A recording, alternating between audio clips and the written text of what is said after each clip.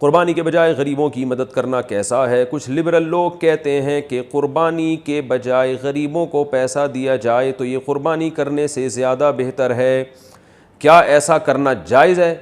اور کیا ایسا کہنے والے کے ایمان میں کچھ کمی واقع تو نہیں ہوگی؟ محمد یوسف ملتان سے۔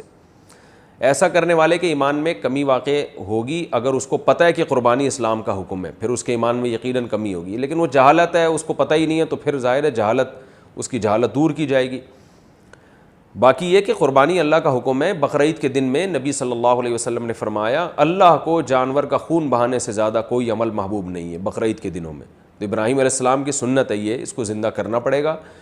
غریبوں کی مدد کرنے سے قربانی کا حکم پورا نہیں ہوتا، لیکن یہ 10، 11، 12 3 دن ہے قربانی۔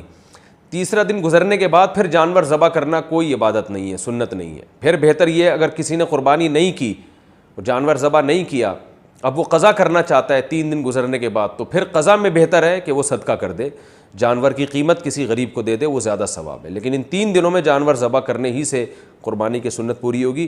جیسے حج فرض ہے، حج کے پیسے غریبوں کو دینے سے فرض حج ادا نہیں ہوگا، اسی طرح نماز فرض ہے، غریبوں کی مدد کرنے سے نماز ساقط نہیں ہوگی، اور شریعت کے جتنے بھی احکام ہیں وہ آپ کو پورے کرنے پڑیں گے۔ تو بالکل اسی طریقے سے قربانی بھی جانور کے ذبح کرنے کا نام ہے، وہ جب تک نہیں کریں گے تو یہ فریضہ اس سے سبکدوشی نہیں ہوگی۔